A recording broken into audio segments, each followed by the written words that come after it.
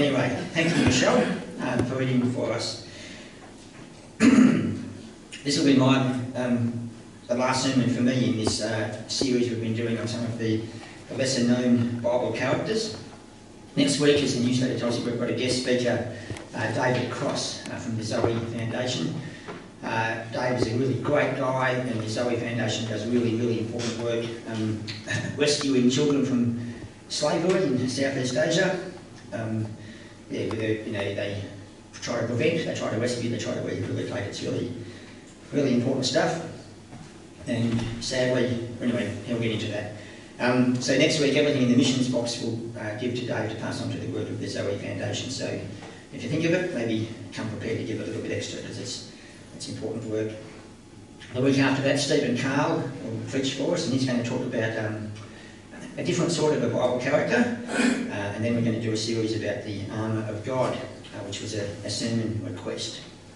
And if you ever have a sermon request, we do have a little box there somewhere, which so you have a question or a suggestion for a sermon or something, always you can talk to me, or you can just write it down and put it in the box. You might want to know what does the Bible teach about something, or anything you like.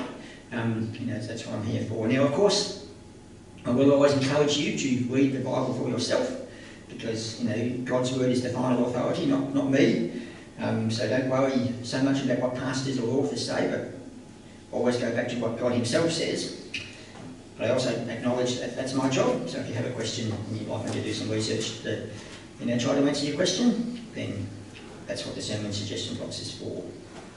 So today, one more character from the Bible to look at, and his name is Thomas, sometimes known as Doubting Thomas. Now, Thomas was one of the 12 apostles, one of the chosen 12. So on our Bible timeline, you'll see the cross there, the Gospels era, and that's where the story of Thomas happened while Jesus was alive. Now in the Gospels, Matthew, Mark and Luke all record that Thomas was one of the 12 that Jesus chose to be part of his inner circle, one of the apostles. But the only Gospel that records any words spoken by Thomas is the Gospel of John. So we'll look through John today. 3 different chapters just have quotes from Thomas, and we'll see what we can learn about Thomas. So John chapter 11. Now a man called Lazarus was sick. He was a friend of Jesus. Jesus heard that he was sick, and Jesus said to the disciples, "Let's go back to Judea," which is where Lazarus lived. Now the disciples were quite concerned about this, and they reminded Jesus, "Now hang on, just a few days ago the people in Judea wanted to kill you. Are you sure you want to go back there?" But Jesus said yes, he did want to go. So in John chapter 11 verse 16 says, Thomas, nicknamed the Twin, said to his fellow disciples, "Let's go to and die with Jesus." So that might sound pessimistic, but we see from that statement that Thomas is loyal to Jesus, and we also see that Thomas expected to die. Now Jesus had been telling them for a while that it was time to go to Jerusalem and that he would be killed, and on the third day he would be raised again. So Thomas, we presume maybe wasn't convinced that Jesus is going to rise again. Now to be fair, he wasn't alone. None of the apostles understood at that stage of the story. So despite what Jesus has been telling them, Thomas already has some doubts. And yet, despite those doubts, Thomas is the one who says to all the other disciples, effectively, he says, "Come on, let's go with him, even if we die." So Thomas is brave and loyal to Jesus, even though he does not yet fully understand who Jesus is. Now, if you know that story, you'll know that, of course, they did go and see Lazarus. Lazarus was dead by the time they got there, but Jesus brought Lazarus back to life. So that story ended well. Then Thomas is quoted again in John chapter 14, and this is during the Last Supper. And from the start of John chapter 14, Jesus gives a rather famous speech talking to the disciples. And Jesus says, "Don't let your hearts be troubled. Trust in God, trust also in me. There's more than enough rooms in my Father's home.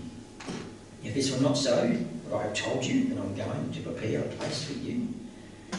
When everything is ready, I will come and get you, so that you will always be with me where I am. And you know the way to where I'm going. No, we don't know, Lord, Thomas said. We have no idea where you're going, so how can we know the way? And Jesus told him, I am the way, and the truth, and the life. No one can come to the Father except through me. So this gives us another little glimpse into Thomas. He doesn't know where Jesus is going because he still doesn't fully understand who Jesus is. Now Thomas has heard the teachings of Jesus, he's seen the miracles of Jesus, he's a devoted follower of Jesus, but he doesn't yet fully understand. And again, you probably know the story that after the Last Supper, Jesus was betrayed by Judas, he was arrested, there was a trial, well, sort of a trial. Nobody ever finds Jesus guilty of anything, but his enemies stirred up the crowd and eventually Jesus was sentenced to death. Then there was the crucifixion and the burial. Then we get to the chapter which gives Thomas his nickname of Doubting Thomas. John chapter 20, which is all about the resurrection. So bear in mind, Jesus died on a Friday. He was buried later that same evening. Saturday was the Jewish Sabbath, when people were very restricted in what they did. And we get to John chapter 20 and verse 1. It says, early on Sunday morning, while it was still dark, Mary Magdalene came to the tomb and found that the stone had been rolled away from the entrance. She ran and found Simon Peter and the other disciple, the one whom Jesus loved, which is John. That's how he refers to himself. And she said, they've taken the Lord's body out of the tomb and we don't know where they've put him. Peter and the other disciple started out for the tomb. They were both running, but the other disciple outran Peter and reached the tomb first. He stooped and looked in and saw the linen wrappings lying there, but he didn't go in. Then Simon Peter arrived and went inside. He also noticed the linen wrappings lying there, while the cloth that had covered Jesus' head was folded up and lying apart from the other wrappings. And the disciple who had reached the tomb first also went in, and he saw and believed. For until then they still hadn't understood the scriptures that said that Jesus must rise from the dead. Then they went home. Mary was standing outside the tomb crying, and as she wept, she stooped and looked in. She saw two white-robed angels, one sitting at the head and the other at the foot of the place where the body of Jesus had been lying. Dear woman, why are you crying? The angels asked her. Because they've taken away my Lord, she replied, and I don't know where they've put him. She turned to leave and saw someone standing there. It was Jesus, but she didn't recognise him. Dear woman, why are you crying? Jesus asked her. Who are you looking for? She thought he was the gardener. Sir, she said, if you've taken him away, tell me where you put him and I'll go and get him. Mary, Jesus said. And she turned to him and she cried out, Rabboni, which is Hebrew for teacher. Don't cling to me, Jesus said, for I haven't yet ascended to the Father. But go and find my brothers and tell them, I am ascending to my Father and your Father, to my God and your God. Mary Magdalene found the disciples and told them, I've seen the Lord. And she gave them his message. That Sunday evening, the disciples were meeting behind locked doors because they were afraid of the Jewish leaders. And suddenly, Jesus was standing there among them. Peace be with you, he said. And as he spoke, he showed them the wounds in his hands and in his side, and they were filled with joy when they saw the Lord. Again he said, peace be with you. As the Father has sent me, so I'm sending you. And he breathed on them and said, receive the Holy Spirit. If you forgive anyone's sins, they are forgiven. If you do not forgive them, they are not forgiven. And this is obviously an amazing day for the disciples. They saw Jesus die on Friday, they knew he was dead, they knew he was buried, and then now suddenly here he is and he's alive again. And this is that day, the day that Jesus rose from the dead, was the greatest, most important, most significant, most amazing day in human history. I know there's people out there who still refuse to believe that that actually happened, but this was the greatest and most important day ever. In verse 24 we get to the part of the story that involves Thomas. Verse 24, one of the 12 disciples, Thomas, nicknamed the twin, was not with the others when Jesus came. They told him, "We've seen the Lord." But he replied, "I won't believe it unless I see the nail wounds in his hands and put my fingers into them and place my hand into the wound in his side." Now, we don't know why Thomas wasn't there with the others that particular night. Obviously, he missed out on seeing Jesus. But he also missed the support and the encouragement of the others. We're always weaker on our own. We always strengthen when we fellowship with other believers. But this is where the nickname Doubting Thomas came from. Because Thomas knew all the other disciples very well by this time. They'd spent a lot of time together. Thomas had heard Jesus say that he was going to be killed, that he heard Jesus say that I'll rise again on the third day.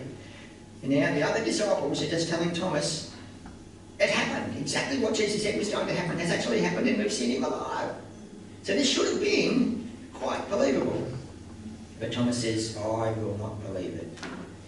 Notice he didn't say, "I don't believe it." He said, "I won't believe it unless I see the evidence for myself." And Thomas spells out what he wants to see. He wants to see the nail wounds in his hands. He wants to put his finger in them. He wants to place his own hand into the wound in Jesus' side. So Thomas doubted Jesus, and he also doubted the words of the other apostles. But then, verse 26, is 8 days later. Now this would be the following Sunday.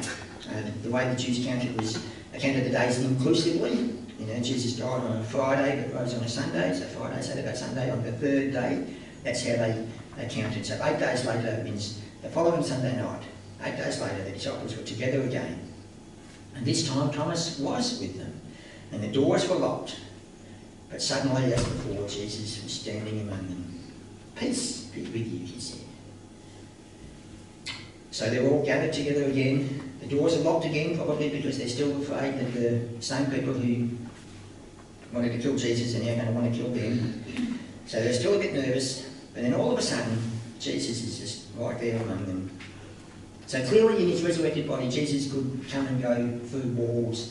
The gates of hell couldn't hold Jesus, death couldn't hold Jesus. A lock on a door is not going to be any sort of a problem for the resurrected Jesus. So he suddenly appears standing with them in a locked room, and he says, "Peace be with you." And you probably noticed if you've read through the Bible, every time God does something supernatural, he always starts off with, "Don't be afraid, peace be with you." He calms our fears and reassures his people. But verse 27, Jesus said to Thomas, "Put your finger here and look at my hands.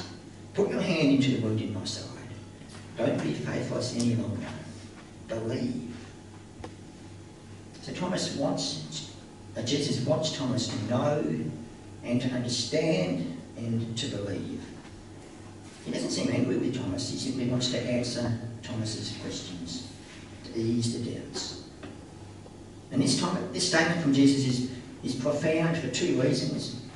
First of all, obviously, because Jesus is proving to Thomas that he really is alive. He's still got the scars to prove it, but he's physically alive again. And secondly, Jesus is proving to Thomas that he really is God, because how else would he have known what Thomas had said? And Thomas had said, "Unless I see the nail wounds and put my finger in them and place my hand in the wound, I won't believe." So Jesus offers him all the evidence he needs. He said, "Put your finger here, look at my hands. Put your hand into the wound in my side. Don't be faithless any longer, but believe." And then Thomas responds in verse 28, he says, "My Lord and my God." Now we don't know if Thomas actually did put his finger in the wound and or whether he just saw them and believed. But there was no doubt about his response. He says, "My Lord and my God." Thomas now understands that Jesus is Lord and that Jesus is God. But the statement shows more than just understanding and belief. This is a pledge of loyalty, of devotion, of commitment. He said, "My Lord and my God." And Thomas's transformation is complete. In one moment, Thomas has gone from the last of the apostles to believe that Jesus is the risen Messiah. He was the last one to do that, but he's the first one in the same moment to verbally acknowledge that Jesus is God. In verse 29, Jesus told him, "You believe because you've seen me, but blessed are those who believe without seeing me." Blessed are those who believe without seeing me. You've probably all heard the saying, seeing is believing. And it kind of might seem logical on the surface until you think about it. But it's not really true, is it? Because people believe in lots of things that they can't actually see. Can anyone see air? Breathe in. Your lungs fill up, don't they? We all believe that in air, even though we can't see it. So seeing is believing is not actually true, and it's certainly not biblical. And the Bible says we can walk by faith and not by sight. And we can live by believing and not by seeing. And blessed are those who believe in Jesus without seeing. And at the end of this chapter, John explains that further, verse 30 and 31. The disciples saw Jesus do many other miraculous signs in addition to the ones recorded in this book. But these are written so that you may continue to believe that Jesus is the Messiah, the Son of God, and that by believing in him you will have life by the power of his name. So John, the eyewitness, the author of this gospel, was an eyewitness to all of these events that he's recorded. He saw them happen, and his purpose in writing them down is so that we may continue to believe that, in fact, Jesus is the Messiah. He is the Son of God, and that by believing in Jesus, we will have life. Eternal life by the power of his name. So Thomas believed once he saw the resurrected Jesus. But Jesus says, we are blessed if we believe, even though we have not seen. So that was the story of Thomas, a man who doubted and then fervently believed. So what do we learn from the story of Thomas? And the obvious lesson is the importance of faith. Faith in God. Now faith is different to knowledge. Faith is believing without absolute certainty. Now faith can be expressed in different ways. So there's a story I heard about a man who was very good at golf and played golf all the time. He loved his golf. And whenever he played golf, he would always wear 2 pairs of pants because he was convinced that one day he'd get a hole in one.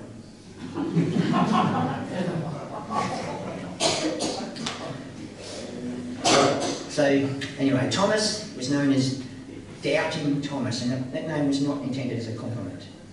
But doubt is not a sin. In fact, faith is not really faith unless there is a possible element of uncertainty. You know, knowledge is knowledge and certainty is certainty, but faith is believing despite an element of doubt and uncertainty. Now, doubt can become a problem if it turns into unbelief, but doubt that turns into faith, that is healthy and normal and good. So sometimes we'll come across people who are struggling with doubt. But don't condemn, don't criticise, just encourage them and pray for them. You know, the book of Jude, chapter 1, there's only one chapter, but it says, show mercy to those whose faith is wavering. So, yeah, doubting itself is not a sin, it's how we deal with the doubt. We should encourage each other, just like Barnabas that we heard about last week, encourage each other. So faith is good and faith is important. And, you know, the book of Hebrews says it is impossible to please God without faith. But our faith has to be in God. Now, faith in our own ability will let us down. Faith in other people will let us down. Faith in the government, sorry to disillusion you, but that's going to let you down. So put your faith in God, not your wealth, not your education, nothing else. Our faith must be in God. James chapter 1 verse 5. If you need wisdom, ask our generous God and he will give it to you. He will not rebuke you for asking. But when you ask him, be sure that your faith is in God alone. So don't put your faith in other things or other people. Put your faith in God. Thomas had some doubts, as many people do, but Thomas put his faith totally in Jesus. Now sometimes I'll tell you little stories and they have a funny ending and they're jokes. This story is not one of those stories, and Trace told me I have to warn people because they're always waiting for a punchline. So, but in 1988 there was a TV cameraman who was also a skydiver. So one day he took his video camera so that he could record the whole group of skydivers as they jumped and as they floated to the ground. So the plane went up and everything went well. The cameraman went last, all the others jumped and he recorded them jumping and got some great footage of the earth below and these people falling and the parachutes opening, until it came time for the cameraman to pull his own record, and he realised that he'd forgotten to put on his own parachute. In all the excitement of doing everything else, he'd forgotten the most important thing, and he fell to his death. Now obviously you don't ever want to jump from a plane without a parachute, but you never ever want to die without Jesus. So we can learn from Thomas about the importance of faith, the importance of believing even without seeing. And we can learn from the example of Thomas, because we have to ask ourselves, can we do as Thomas did and say as Thomas said, my Lord and my God? Because that's a statement of truth, but it's also a commitment that all of us need to make, an acknowledgement that Jesus is Lord and that Jesus is God. Believing that Jesus can save you is just the first step. Actually asking him to save you is even more important, and making him Lord of your life is the best choice of all. So Thomas might have become famous for his mistake and for his doubts, but actually he turned out all right in his life. You might be wondering what happened to Thomas afterwards, and the Bible doesn't tell us, but there are other historical records that tell us part of the story of Thomas. Like all the other apostles, he became an evangelist and a missionary. Thomas travelled east, spreading the news about Jesus. He travelled through Saudi Arabia and Persia, Iran and Iraq, heading further east, and arrived in India about 49 AD. Probably the first Christian to ever preach about Jesus in India. In fact, Thomas is still known as the patron saint of India.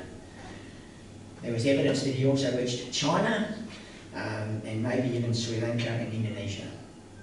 So he left a great legacy all across that part of the world. In 72 AD, Thomas was killed. He was stabbed and died, stabbed with a spear and died from the wounds. But there were documents from the 16th century that referred to his tomb, which was still being preserved 1500 years after he had died. So Thomas lived a life of total devotion to God. And people still refer to him as Doubting Thomas. And well, we may wonder why he ever doubted, because he knew Jesus. But we should never define people by their mistakes. Has anyone here ever made a mistake? Ever maybe questioned God or been unconvinced about something God said? Ever done anything that wouldn't please God? Because if you're not answering yes, you've either forgotten or you're telling me a lie. Because none of us are perfect. We've all made mistakes. We've all let God down. But the good news is, once we put our faith in Jesus, as Thomas did, God does not define us by our mistakes. Now, Thomas might have thought that Jesus being alive again was just too good to be true. And sometimes now people seem to think that these stories about Jesus are just too good to be true. But they are true. In the Old Testament, in 1 Kings chapter 10, the Queen of Sheba went to visit King Solomon. She obviously heard all these amazing stories and she went to see for herself. And she said, I did not believe what was said about you until I arrived and saw it with my own eyes.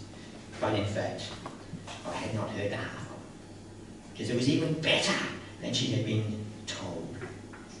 And it's the same when we put our faith in God. He will never disappoint us. He will never let us down. In the verse we started today, It was John 20:29, and it's still true for all of us. Jesus said to Thomas, "You believe because you've seen me, but blessed are those who believe without seeing." If you've never put your faith in Jesus, I invite you to do so today. You may not have all the answers yet, you may not understand the whole concept yet, but Thomas saw, and Thomas knew, and Thomas's response was to say to Jesus, "My Lord and my God." And that's a statement and a belief and a commitment that all of us need to make. I'm going to lead into communion now, and I decided to leave communion until after the sermon today because I thought we could reflect on the life of Thomas as we gather around the table. He became known as Doubting Thomas because of his weakness and because of his mistake. And we all have weaknesses and we all make mistakes. And nobody wants to be remembered for their mistakes. And we might look at Thomas and all other people and see the flaws and see the mistakes. But God looks at our heart. Do we believe in Jesus and accept who he is? Because that's what matters. Without Jesus, we all will stand condemned before God for the sins and the failures and the mistakes. Jesus can take all of that away. And we all will stand before Judgment Day, before the throne one day, and Jesus will judge us all with exactly the same standard.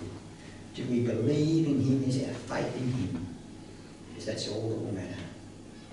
We've all made mistakes, like Thomas, but God can forgive. And after Thomas made his mistakes, he believed in Jesus and committed himself to Jesus as his Lord and his God. And that's all that will matter when we stand before him. God wouldn't have condemned Thomas because of the doubts that he had previously. God would accept Thomas because Thomas believed in Jesus. And the same can be true for all of us. Blessed are you if you believe without seeing. The stewards will come and hand out the elements now, and everyone who believes in Jesus as their Saviour is welcome, invited to join us. Please take a piece of bread, take a cup and hold on to them. And while you wait for others to be served, just take a quiet moment and commit yourself again